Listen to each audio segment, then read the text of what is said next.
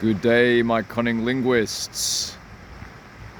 The language Lothario here, coming in with tip number 10 for all of you down and dastardly cunning linguists out there. So tip number 10 is: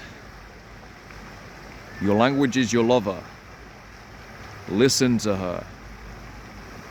Read her. Even when you don't understand her. Even when you think she's crazy and makes no sense. She's your lover. You listen and you read her. So this is a really, really useful tip.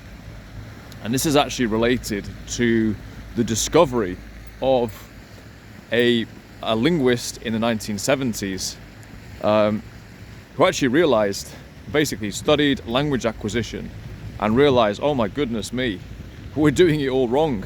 We're doing it all wrong. We're getting the dictionaries out for every single word, and we're being very, very, how shall I put this, nerdy about the way we're learning. And actually, the way we learn most effectively is, you're out with your friends, you point at the dog and they say, perro. And you go, okay. And then you hear someone say it, and then you've learnt it, you've acquired it.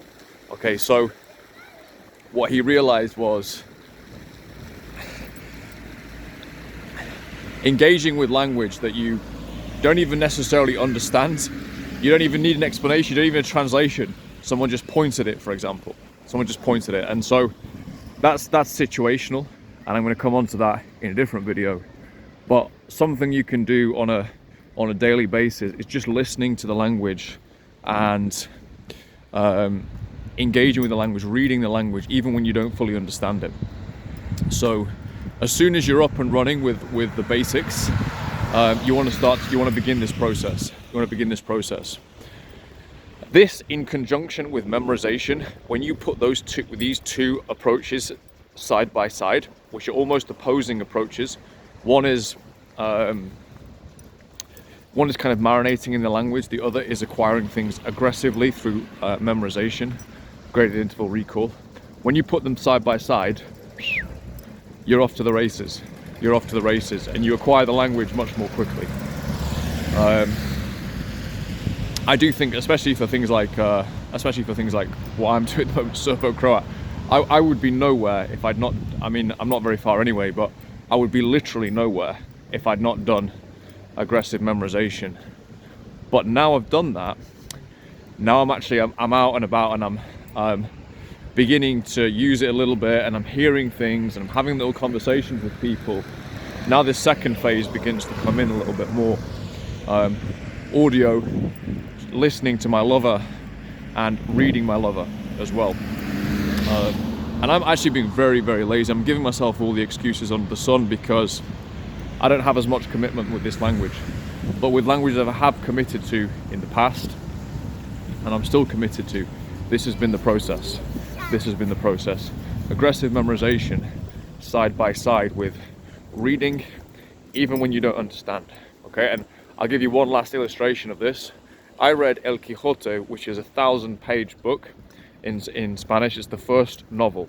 It's the first European novel written by Miguel de Cervantes in the 16th century. So I read a 1,000-page book in 16th century Spanish when I was 19. Yeah. Did I understand what it was? Did I understand that much? No. I probably honestly understood less than 50%.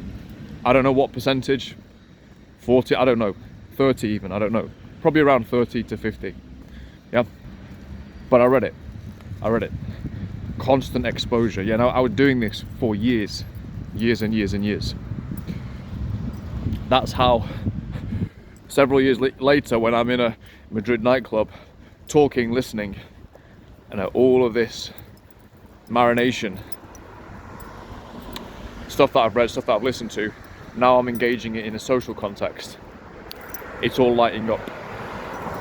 So this is the level I expect if you're ready for language commitment. If you're ready for commitment, you need to read a 1,000-page medieval text.